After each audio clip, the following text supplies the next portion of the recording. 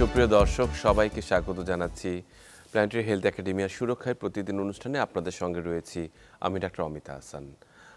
গেল ৩রা ডিসেম্বর বিশ্ব প্রতিবন্ধিতা দিবস বা ওয়ার্ল্ড ডিসেবিলিটিস ডেজ সমগ্র বিশ্বে পালিত হলো, একই সঙ্গে বাংলাদেশেও।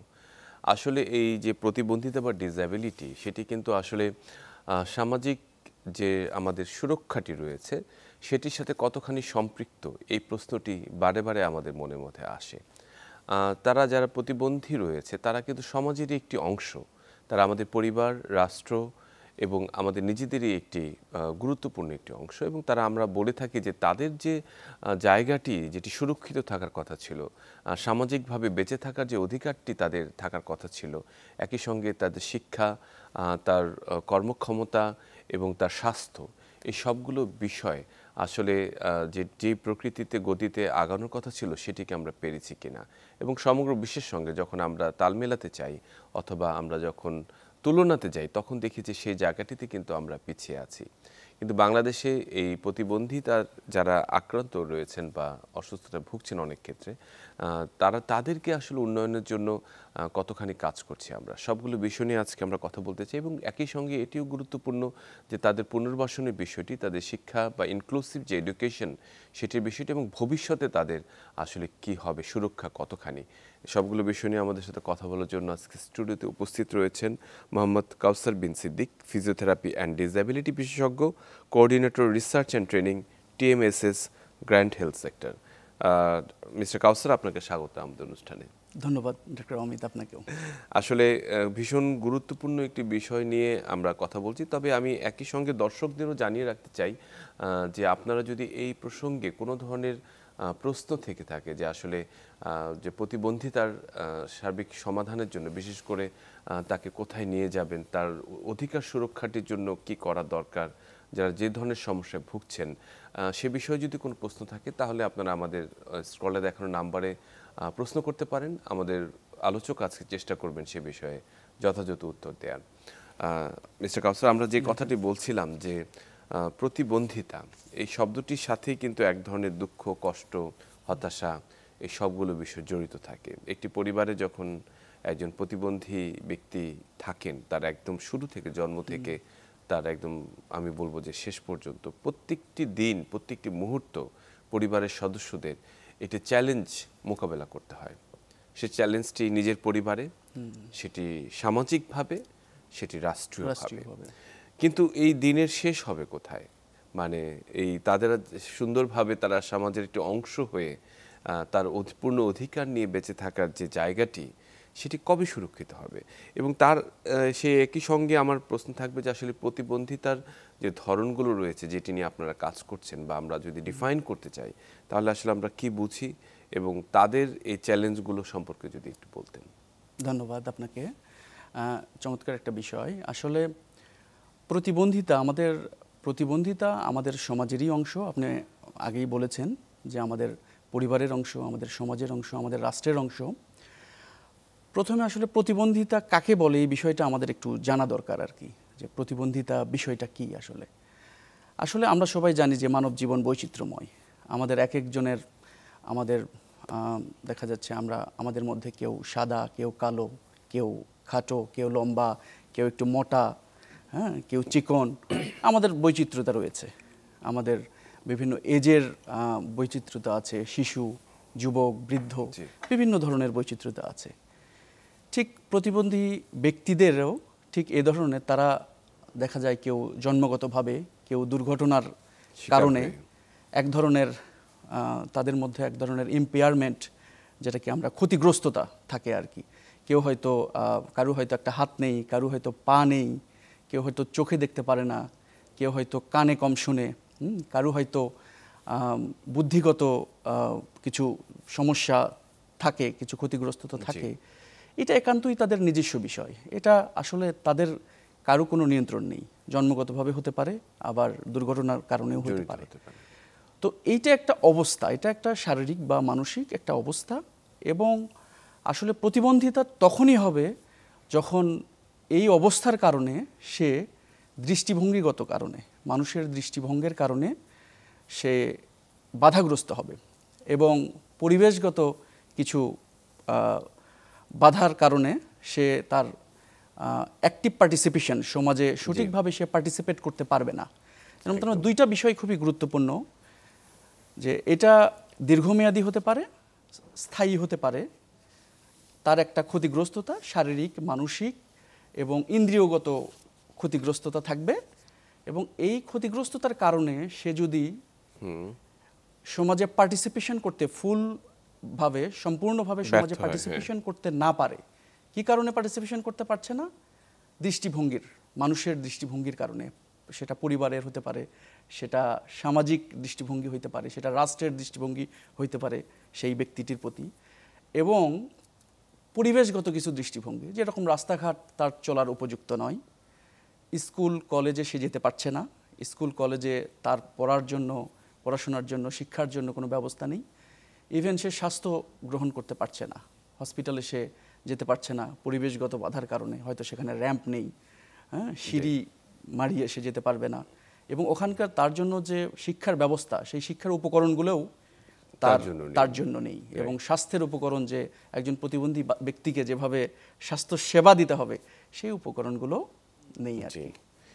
আমি বুঝতে পেরেছি। আসলে খুব চমৎকার করে মূল বিষয়টি আপনি বললেন, যে জায়গায় প্রতিবন্ধিতা, আসলে কি কি ধরনের প্রতিবন্ধিতা নিয়ে আপনারা কাজ করছেন? আচ্ছা, এখন আমাদের আমরা যেটা একটু আমাকে পেছনের দিকে যেতে হবে, যে UNCRPD, United Nation convention rights for person with disability, UNCRPD বলি, যে জাতিসংঘ 2006 সালে প্রতিবন্ধী ব্যক্তিদের অধিকার নিয়ে একটা আইন করেন, একটা কনভেনশন করেন, এবং 2007 সালে বাংলাদেশ সেটাকে রেটিফাই করেন, মানে সিগনেচার করে জাতিসংঘের সাথে একত্রতা করেন যে আমরা প্রতিবন্ধী ব্যক্তিদের অধিকার নিশ্চিত করব আমাদের দেশে। এরই ফলশ্রুতিতে 2013 সালে আমাদের একটা আইন হয়, প্রতিবন্ধী ব্যক্তিদের অধিকার ও সুরক্ষা আইন 2013।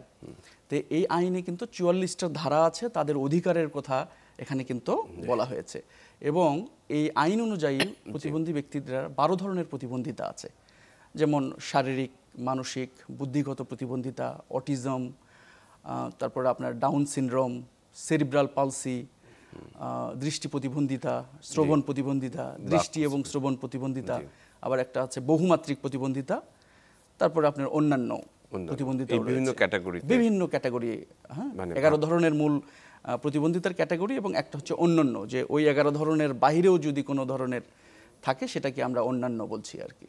জি, খুবই চমৎকার করে বলছেন যে তাদের আসলে প্রতিবন্ধী ব্যক্তিদের অধিকার এবং সুরক্ষা যে আইনটির কথা বললেন, সেটির আওতায় আসলে কোন কোন বিষয়গুলোকে মানে সংরক্ষিত করার চেষ্টা করা হয়েছে, সুরক্ষিত করার চেষ্টা? হ্যাঁ, ধন্যবাদ।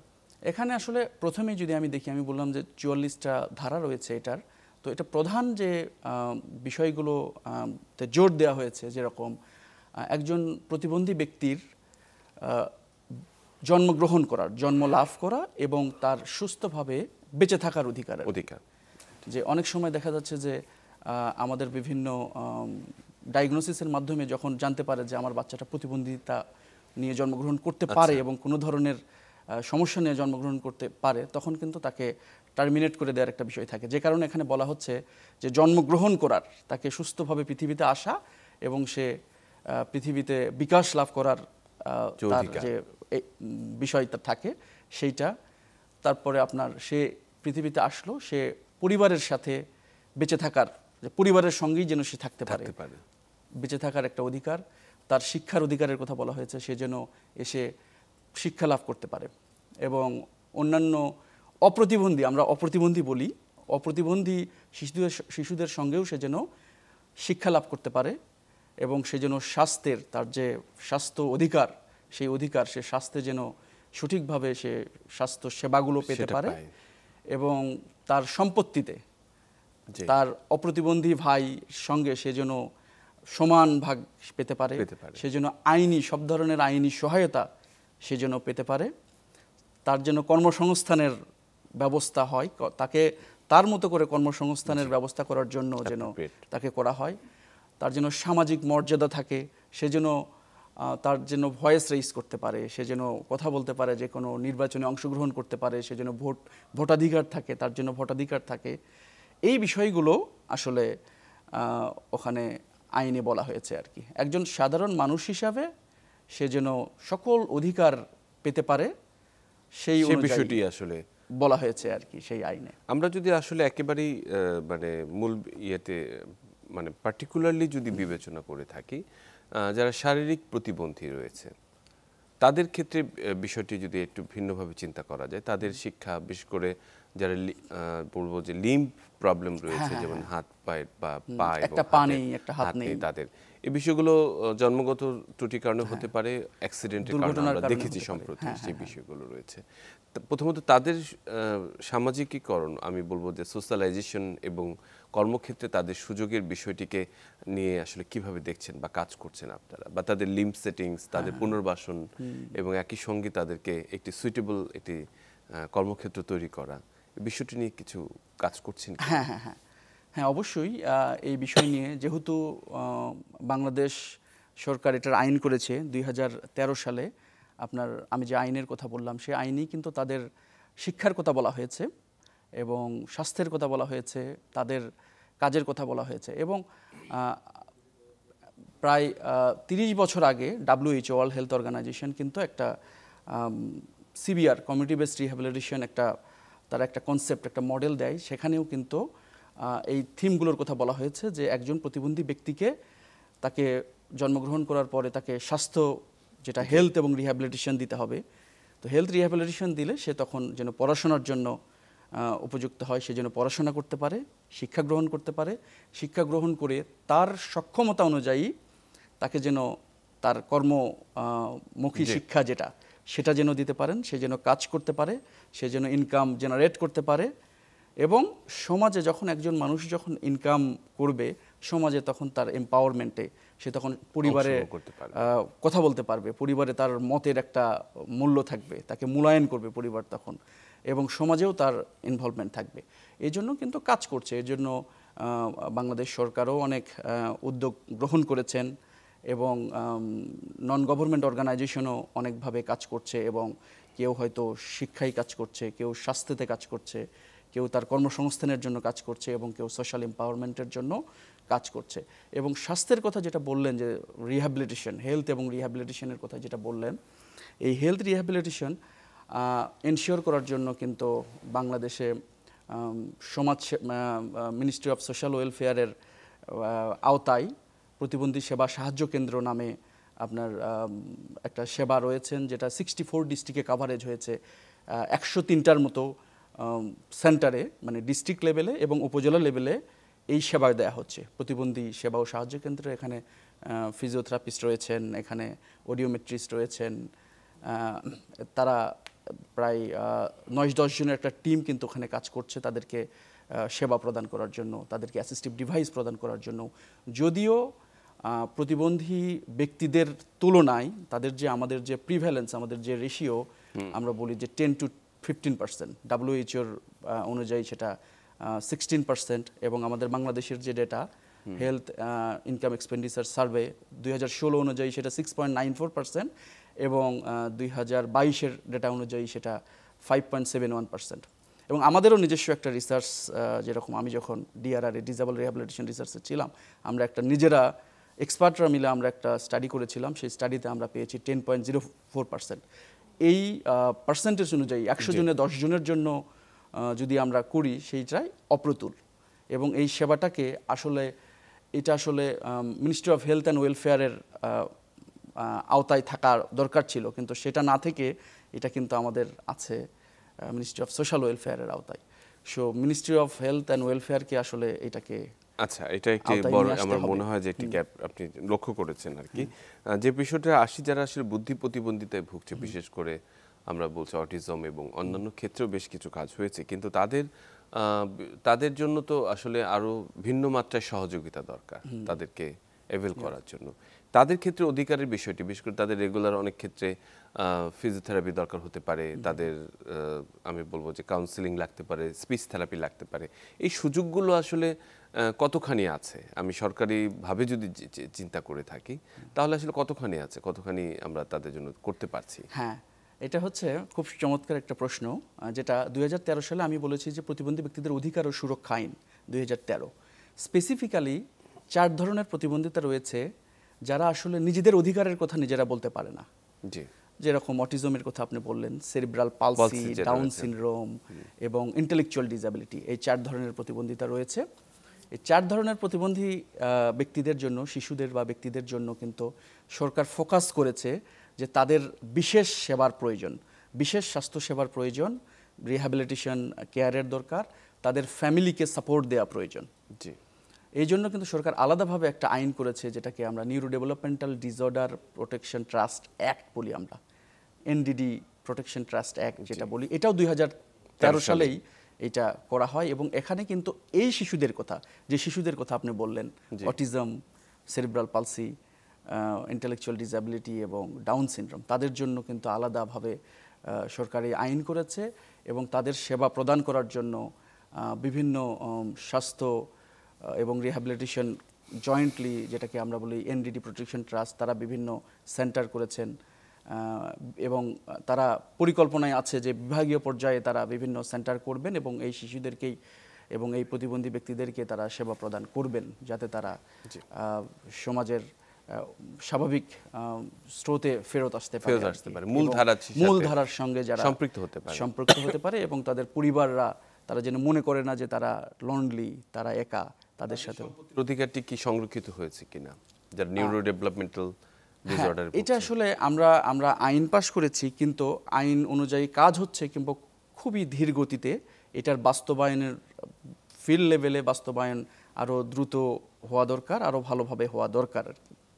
সেটি মানে আসলে যে কথাটি বললেন, যে বইটি আমি দেখলাম একটু আগে, যে সুরক্ষা প্রতিবন্ধীদের আইন, সেটি কাগজের মধ্যে যতখানি সংরক্ষিত, আমি বলবো যে ফিল্ডে সেটি ততখানি প্রতিফলিত কিনা, সেটি একটি ভীষণ বড় রকমের প্রশ্ন রেখে যায়। আমি শুধু ছোট্ট একটু উদাহরণ দিয়ে বলতে চাই যে যদি আপনি শিক্ষার ক্ষেত্রে আপনি যদি ইনক্লুসিভ এডুকেশনের কথা চিন্তা করেন, যেটি বলা আছে, সেটি কতখানি বাস্তবায়িত হচ্ছে। আমরা আসলে কোনো একটি স্কুল আমরা দেখেছি যে সম্প্রতি একজন তার বাচ্চাকে স্কুলে ভর্তি নেয়নি, তিনি নিজেই একটি স্কুল করে পরবর্তীতে বিশ্বের অন্যতম একজন 100 জনের মধ্যে একজন হিসেবে নিজেকে এনেছেন, মানে আমি রংপুর বা কোথায় যেন। তো এই যে ডিসপ্যারিটিগুলো হচ্ছে, একটা পার্কে হাঁটতে দেয়নি বাচ্চাকে, তাদের এই যে সোশ্যাল যে এনকাউন্টার হচ্ছে, যে দেখা যাচ্ছে তাকে আর সহযোগিতার পরিবর্তে সেটা বিরোধিতা করা হচ্ছে, এই প্রসঙ্গে আসলে কিছু বলুন যে কিভাবে সেটিকে ঠিক করা যায়। হ্যাঁ, এটা কিন্তু দেখেন আইনে কিন্তু আমাদের বলা রয়েছে যে এই প্রতিবন্ধী শিশুদের, প্রতিবন্ধী ব্যক্তিদের কিন্তু স্কুলে ভর্তি নিতে হবে। আমাদের যে একদম প্রাইমারি স্কুল থেকেই তাদের এনরোলমেন্টের ব্যাপারে কিন্তু খুব শক্তভাবে বলা রয়েছে আর কি, যে তাদেরকে অবশ্যই অন্যান্য অপ্রতিবন্ধী শিশুদের মতো তারা এই রকম মেইন স্ট্রিম স্কুল বলছি আমরা, মূল স্রোতধারার স্কুলে কিন্তু তাদেরকে অবশ্যই ভর্তি নিতে হবে। এবং এটা কিন্তু মানে আইন অনুযায়ী দেখা হচ্ছে। এবং এই এনরোলমেন্টের বিষয়গুলো কিন্তু এই স্কুলগুলোতে কিন্তু দেখাচ্ছে যে আমরা প্রতিবন্ধী শিশুদেরকে আমরা নিচ্ছি, এবং তারা যদি না নেয় তাহলে কিন্তু তাদের জন্য আইনের আশ্রয় নেওয়া এবং আইনের আওতায় নিয়ে আসা জরুরি। এবং আইনে কিন্তু স্পেসিফিক্যালি বলা আছে, যদি স্কুলে ভর্তি না নেয়, যদি তাদেরকে এরকমভাবে বৈষম্য করে, তাদের প্রতি নেতিবাচক দৃষ্টিভঙ্গি দেখায়, সেক্ষেত্রে কিন্তু 3 বছর মানে কেউ যদি মানে করে আইনের আশ্রয় নেয়, তাহলে 3 বছরের কারাদণ্ড এবং অনাদায়ে 5 লক্ষ টাকা জরিমানা, এরকম কথাও কিন্তু বলা রয়েছে।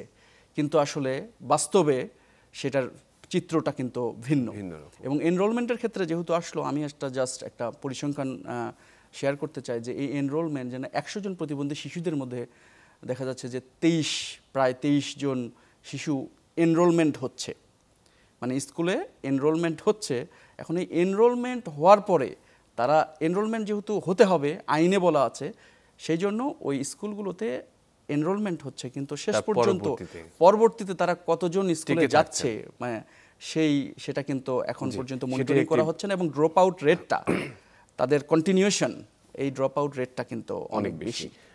কাউসার, আপনাকে আমি আসলে যে প্রসঙ্গটি আনতে চাচ্ছি, যে কোনো ধরনের প্রতিবন্ধিতা যে শুরুটি যেখানে হচ্ছে, সেখানে যদি সচেতনতা থাকে, সেটি পারিবারিক সচেতনতা এবং সামাজিক সচেতনতা। যখন একটি বাচ্চা স্কুলে যাচ্ছে, তখন প্রাইমারিলি তার কিছু যদি অ্যাবনর্মালিটি থাকে, সেটা ধরা পড়া উচিত বা জানা উচিত, অথবা প্রি স্কুল গোয়িং যেসব জায়গাগুলো রয়েছে। তো একই সঙ্গে পরিবার সবচেয়ে আগে নোটিস করে। এই সচেতনতা তৈরির জায়গাটিতে আমরা অনেকখানি পিছিয়ে আছি। এবং সবচেয়ে বড় কথা হচ্ছে যে অনেকে বুঝতে পারছেন যে তার বাচ্চাটির সমস্যা হচ্ছে, কিন্তু তারা জানে না যে তাকে নিয়ে কোথায় যেতে হবে। আপনি যদি আমাকে সেই জায়গাটা নিয়ে যদি একটু বলতেন, যে তাদেরকে একটু গাইড করতেন যে যখনই কোন প্রতিবন্ধিতার জন্য কি সমস্যাগুলো তারা নোটিস করবে এবং তারা কোথায় যোগাযোগ করবে। ধন্যবাদ।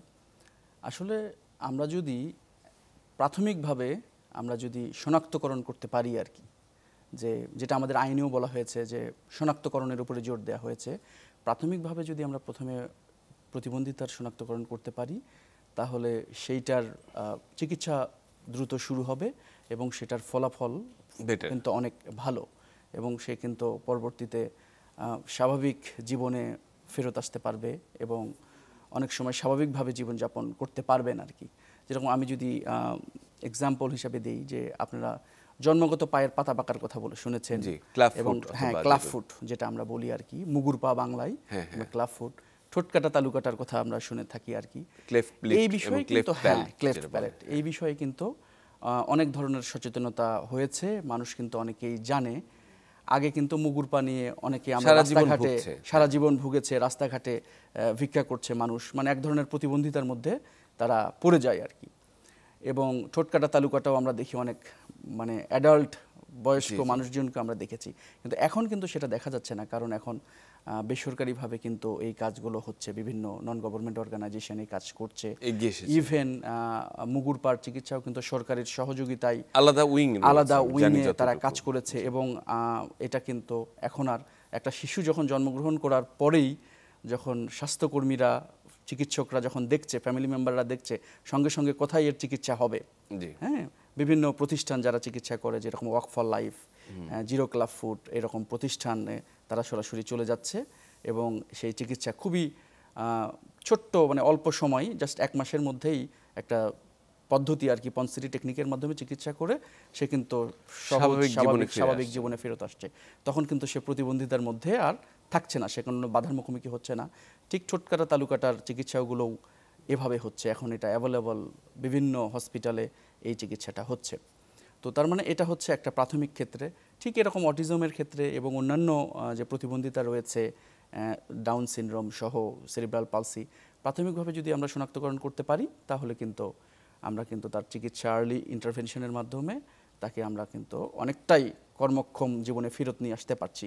আর আপনি জেনে থাকবেন যে আমাদের হেলথ সিস্টেম, বাংলাদেশের যে আমাদের যে হেলথ সিস্টেম কাঠামো, প্রাইমারি, সেকেন্ডারি, টারশিয়ারি এবং স্পেশালাইজড কেয়ার, আমাদের কিন্তু খুব সুন্দর কাঠামো রয়েছে। কমিউনিটি ক্লিনিক, গ্রামের মানুষদের জন্য কমিউনিটি ক্লিনিক রয়েছে, উপজেলা হেলথ কমপ্লেক্স রয়েছে, আমাদের ডিস্ট্রিক্ট হসপিটাল রয়েছে। তো সেখানে যদি আমরা এই কমিউনিটি ক্লিনিক থেকেই যদি আমরা শুরু করতে পারি যে স্ক্রিনিং, যে এই স্ক্রিনিংটা যদি খুব সুন্দরভাবে ভালোভাবে হয় তাহলে কিন্তু তাকে আমরা চিকিৎসার জন্য পাঠাতে পারবো। এবং আমাদের কিন্তু সেই ফ্যাসিলিটি মানে মানে অ্যাভেলেবল না হলেও আমাদের কিন্তু ফ্যাসিলিটি রয়েছে, যে কোথায় গেলে একটা সঠিক স্ক্রিনিং হবে সেটা কিন্তু আমাদের গভর্নমেন্ট স্ট্রাকচারের মধ্যেই আছে। অপ্রতুল থাকতে পারে কিন্তু আছে। যে আমি বললাম যে প্রতিবন্ধী সেবা ও সাহায্য কেন্দ্র যেটার কথা বললাম, সেখানে কিন্তু ট্রেন ফিজিওথেরাপিস্ট রয়েছেন এবং বিভিন্ন অপটোমেট্রিস্ট রয়েছেন, অডিওমেট্রিস্ট রয়েছেন, তারা কিন্তু স্ক্রিনিং করে স্পেশালিস্ট কেয়ারের জন্য তারা কিন্তু পাঠাতে পারে। আমি যদি সামাজিক আসলে অধিকারের বিষয়টি নিয়ে আসি, দেখা যাচ্ছে যে অনেক প্রতিবন্ধী তাদেরকে আসলে সামাজিকভাবে স্বাগত জানানো হয় না, মানে ওয়েলকামিং না। যে কোনো বিয়ের অনুষ্ঠানে, কোনো পার্টিতে বলা যায় না ও আসলে বোধহয় এখানে সমস্যা হবে, বা এবং অনেক সময় পরিবার থেকেও যেতে চায় না, যে না, যে একটা বিব্রতকর একটা, যেহেতু সহযোগিতার হাতটি নেই, অনেকের বাঁকা কথা, অনেকের নানান রকমের বলবো যে টিজিংয়ের শিকার হয় সেই জায়গাটিতে। সেই সামাজিক আন্দোলনের ক্ষেত্রে আসলে আপনাদের ভূমিকাটি কি? সামাজিক আন্দোলন চলছে, অ্যাওয়ারনেস বিল্ডিং। আমরা দেখেন এই যে ডিসেম্বর মাস, 3 ডিসেম্বর যে বিশ্বব্যাপী ওয়ার্ল্ড ডিসএবিলিটি ডে পালন হচ্ছে, এটার কিন্তু একটা মূল উদ্দেশ্য হচ্ছে সচেতনতা বৃদ্ধি, সকল পর্যায়ে সকল মানুষের মধ্যে সচেতনতা বৃদ্ধি করা, যাতে এই বিষয়টাকে স্বাভাবিকভাবে নেয়া, বিষয়টা মানে গোপন রাখার বিষয় না, এবং এটা পরিবার পর্যায়ে, এটা যারা এডুকেশনের সাথে, সেক্টরের সাথে জড়িত আছে তাদের মধ্যে, এবং স্বাস্থ্যকর্মী যারা রয়েছেন, চিকিৎসক যারা রয়েছেন, তাদেরকে এই প্রতিবন্ধিতা সম্পর্কে সচেতনতা বৃদ্ধি এবং তাদেরকে সাহায্য সহযোগিতা এবং তাদের সেবার মান নিশ্চিত করা, এটা কিন্তু একটা মাল্টি স্টেক হোল্ডার অ্যাপ্রোচ। এটা বিভিন্ন, এটা আমরা বলে থাকি যে 28টা প্রায় 28টা মন্ত্রণালয় ইনভলভমেন্ট থাকে আর কি, যে তারা নিজ নিজ জায়গা থেকে তারা কাজ করবে। এখানে ফ্যামিলি মেম্বার রয়েছেন, সমাজের অন্যান্য মানুষ রয়েছেন, শিক্ষক রয়েছেন, চিকিৎসক রয়েছেন, এখানে একাডেমিশিয়ানরা রয়েছেন, গবেষকরা রয়েছেন। সবাই জানবে বিষয়টাকে আসলে সহজ স্বাভাবিক বিষয় মনে করা। এটা বাধা কিন্তু আসলে ওই ব্যক্তির যে তার যে ক্ষতিগ্রস্ততা, আমি যেটা ডেফিনেশনে বলেছি, কিন্তু ডেফিনেশনে আবার ফেরত আসতে চাই, তার যে ক্ষতিগ্রস্ততা, সে একটা চোখে দেখতে পাচ্ছে না, কিংবা কানে শুনতে পারছে না, কিংবা একটা হাত নাই, কিংবা একটা পা নাই, কিংবা তার সমবয়সী শিশুর তুলনায় তার একটু সে পিছিয়ে আছে, বিষয়টা কিন্তু এইটা না। বিষয়টা হচ্ছে দৃষ্টিভঙ্গি। আপনি যেটা বারবার বললেন যে আমাদের পরিবারের মানুষের দৃষ্টিভঙ্গি, সমাজের মানুষের দৃষ্টিভঙ্গি এবং আলটিমেটলি রাষ্ট্রের দৃষ্টিভঙ্গি, এবং তার জন্য যে পরিবেশগত বাধা, তার চিকিৎসার ব্যবস্থা আমরা করতে পারছি না, আমরা চিকিৎসকদের ট্রেন আপ করতে পারছি না, আমরা শিক্ষকদেরকে ট্রেন আপ করতে পারছি না যে তাদেরকে কিভাবে আমরা সেবাটা প্রদান করব। যদি আমি এটা করতে পারি তাহলে কিন্তু আর প্রতিবন্ধিতা থাকছে না। আমরা উন্নত বিশ্বের দিকে দেখতে পারি যে উন্নত বিশ্বে একজন প্রতিবন্ধী ব্যক্তি কিন্তু চলাফেরা করছে, অনেকেই যারা মৃদু প্রতিবন্ধিতা নিয়ে তারা আছে, তারা কিন্তু স্বাভাবিকভাবে আপনার রাস্তায় দেখবেন তাদের জন্য রাস্তা প্রস্তুত আছে, রাস্তায় চলাফেরা করছে, তারা ট্রেনে উঠতে পারছে, বাসে উঠতে পারছে, তারা প্লেনে উঠতে পারছে, এবং ইন্ডিপেন্ডেন্টলি তারা এটা করছে। তো তাদের জন্য কিন্তু আসলে এটা প্রতিবন্ধিতা বলা যাবে না, কারণ সে কিন্তু তার যে নিজস্ব ক্ষতিগ্রস্ততা আছে, ইম্পেয়ারমেন্ট, সেটা নিয়ে সে কিন্তু স্বাভাবিকভাবে সকল কাজকর্ম করতে পারছে, সে পড়াশোনা করতে পারছে, সে স্বাস্থ্যসেবা নিতে পারছে, সে কিন্তু চাকরি করতে পারছে, তার কিন্তু নিজস্ব বিজনেস ব্যবসা করতে পারছে, তখন কিন্তু সেটা আর প্রতিবন্ধিতা থাকছে না। তো এটা স্থান কাল পাত্র ভেদে এই প্রতিবন্ধিতার রূপ কিন্তু পরিবর্তন হতে পারে। জি, এটি গুরুত্বপূর্ণ বিষয়ে কথা বলেছেন। টিএমএসএস এর আপনি বলবো যে রিসার্চ অ্যান্ড ট্রেনিং উইং এর কোঅর্ডিনেটর হিসেবে কাজ করছেন। টিএমএসএস আসলে এই ধরনের প্রতিবন্ধী ব্যক্তিদের ক্ষেত্রে কি কি ধরনের কাজ করে যাচ্ছে বা করছে, বা ভবিষ্যতে আসলে কি করার সম্ভাবনা আছে? হ্যাঁ, চমৎকার বলেছেন আর কি। টিএমএসএস কিন্তু যেহেতু নর্দার্ন পার্টে টিএমএসএস কাজ করছে, যদিও টিএমএসএস এর প্রায় 96 কমিউনিটি ক্লিনিকের মতো হেলথ কেয়ার সেন্টার রয়েছেন, কিন্তু আমরা টিএমএসএসে আমরা কিন্তু এই স্ক্রিনিংয়ের বিষয়টাকে আমরা গুরুত্ব দিচ্ছি। যখন একজন শিশু গার্ডিয়ান যখন আসছে, তখন কিন্তু তার স্ক্রিনিংয়ের ব্যবস্থা ওখানে হচ্ছে। আমাদের কিন্তু শিশু বিকাশ কেন্দ্র রয়েছে, শিশু বিকাশ কেন্দ্রের মাধ্যমে সেখানে একটা মাল্টিডিসিপ্লিনারি অ্যাপ্রোচে কিন্তু আসলে কাজ করছে। সে ডায়াগনোসিস হচ্ছে, ডায়াগনোসিসের পরে তার যে চিকিৎসার প্রয়োজন হবে, তখন কিন্তু সেই রেফারেল পাথওয়েতে সে চলে যাচ্ছে। টিএমএসএস এর অটিজম সেন্টার রয়েছে, টিএমএসএস এর ফিজিওথেরাপি অ্যান্ড রিহ্যাবিলিটেশন সেন্টার রয়েছেন, টিএমএসএস এর লিম সেন্টার রয়েছে, যেখানে অ্যাসিস্টিভ ডিভাইসের বিষয়গুলো থাকে প্রতিবন্ধী ব্যক্তিদের। সেখানে কিন্তু আর্টিফিশিয়াল লিম প্রোভাইড করছে এবং বিভিন্ন অর্থোসিস সাপোর্ট টিএমএসএস প্রোভাইড করছে, এবং একটা মাল্টিডিসিপ্লিনারি টিম, যেখানে physiotherapist, occupational therapist, speech and language therapist, medical doctors, paediatrician এবং সার্জন, অর্থোপেডিক সার্জন, এটা কিন্তু একদম জয়েন্টলি, যেটাকে আইডিয়াল কম্প্রিহেন্সিভ রিহ্যাবিলিটেশন কেয়ার বলা হয়, সেই মডেলে কিন্তু টিএমএসএস কাজ করছে। এবং টিএমএসএস এর একটা বড় ভিশন নিয়েও টিএমএসএস কাজ করছে, যে আলাদা একটা হসপিটাল হবে, rehabilitation complex for the person with disability. তারাও তাই এক ছাদের নিচে এই সেবাগুলো টিএমএসএস প্রোভাইড পেতে পারে ভবিষ্যতে। সবচেয়ে বেশি আসলে যদি উদ্বেগের কারণ হয়ে দাঁড়ায় একজন প্যারেন্টসের জন্য, যাদের প্রতিবন্ধী শিশু বা বাচ্চা রয়েছে, যে তারা যতক্ষণ আছে তারা তাকে দেখে শুনে রাখছেন, কিন্তু তার পরবর্তী যে দায়িত্ব আসলে কার কাছে যাবে, মানে রাষ্ট্র যেটি আমরা বাইরের দেশে দেখেছি যে সেটি সুরক্ষিত করে, কিন্তু সেটি আমাদের দেশে সেভাবে সুরক্ষিত নয়। আমি যে আইনের কথা বলেছেন এবং যে সামাজিক যে দায়বদ্ধতা রয়েছে, সেটির আলোকে সেই বিষয়ে যদি আসলে ভবিষ্যতের কোনো চিন্তা ভাবনার কথাটি বলতেন, যে সেটির জন্য দীর্ঘমেয়াদী কোনো পরিকল্পনা রয়েছে কিনা? হ্যাঁ, দীর্ঘমেয়াদী পরিকল্পনা তো রয়েছেই। সরকার কিন্তু এই দীর্ঘমেয়াদী পরিকল্পনার কারণেই কিন্তু যেটা neuro developmental disability protection trust একটা অ্যাক্ট করেছেন, যে প্রতিবন্ধীরা ব্যক্তিরা আপনার নিজের দায়িত্ব নিতে পারবে না, এবং তার প্যারেন্টস কেয়ার গিভাররা একটা সময় চলে যাবেন, মারা যাবেন, তখন তাদের দায়িত্ব কে নেবে? জি। তখন তাদের দায়িত্ব তো রাষ্ট্রকেই নিতে হবে অন্যান্য দেশের মতো, এবং আমাদের আইনেও কিন্তু সেটা বলা রয়েছে যে তাদের দায়িত্ব নেবেন।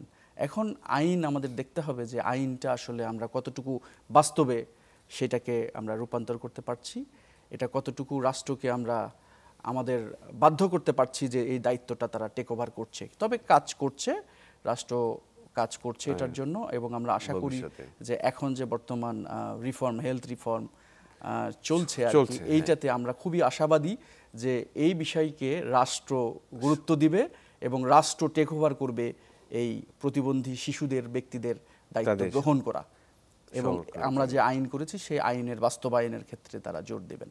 অবশ্যই খুবই আসলে এটি তো প্রত্যাশা থাকতেই পারে আমাদের, এবং থাকা উচিত। আমরা সর্বশেষ যদি কিছু টেক হোম মেসেজ নিয়ে যেতে চাই যে এই প্রতিবন্ধীদের ব্যক্তিদের আসলে সুরক্ষার জন্য 2-4টি মানে মাইনুটস আমরা জানতে চাই আপনার কাছ থেকে, একদম সংক্ষেপে। ফার্স্ট অ্যান্ড ফরমোস্ট সচেতনতা বৃদ্ধি, জি। যে আমাদের মধ্যে সচেতনতা থাকবে। খুব ছোট্ট একটা মেসেজ, আমরা কিন্তু প্রতিবন্ধী ব্যক্তিকে, আইনে বলা আছে যে প্রতিবন্ধী ব্যক্তিকে আমরা কিন্তু প্রতিবন্ধী শিশু বলবো, ব্যক্তি বলবো, প্রতিবন্ধী মানুষ বলবো। অনেকেই কিন্তু এখনো শুধু বলে ও তো প্রতিবন্ধী, এটা একটি মানে ডিসেবল, হ্যাঁ, তাকে একটা হিসেবে নেগেটিভলি তাকে দেখা স্পেশাল চিলড্রেন এরকম করে বলে, কিন্তু আমরা আসলে তাকে যদি মর্যাদা দিতে চাই তাহলে অবশ্যই প্রতিবন্ধী ব্যক্তি বলতে হবে, প্রতিবন্ধী মানুষ বলতে হবে। জি। কারণ আমরা প্রতিবন্ধী বলতে পারবো না, এটা একটা বিশেষণ। জি। এটা একটা বিশেষণ বলে আমি কাউকে ডাকতে পারবো না, অবশ্যই তাকে নাউন, সেই প্রতিবন্ধী অনুযায়ী ব্যক্তি, আসতে হবে। শিশু বলতে হবে আর কি। এবং এটা যদি কেউ না বলে, কেউ যদি হিউমিলেশন ফিল করে, তাহলে কিন্তু ওই ব্যক্তির এগেইনস্টে সে কিন্তু মামলা করতে পারবে। সো অসংখ্য ধন্যবাদ মোহাম্মদ কাউসার বিন সিদ্দিক আমাদের সঙ্গে এতক্ষণ থাকার জন্য এবং গুরুত্বপূর্ণ কিছু তথ্য দিয়ে আমাদের দর্শকদের এবং আমাদের উপকৃত করার জন্য। নিশ্চয় ভবিষ্যতে আপনার সাথে আবার কথা হবে।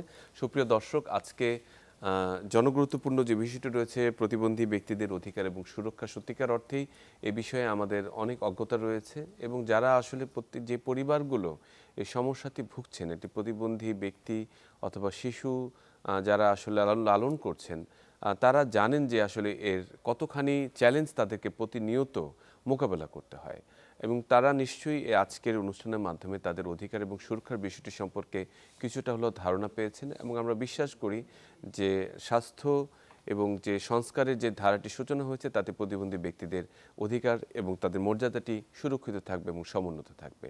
সবাই ভালো থাকবেন, সুস্থ থাকবেন।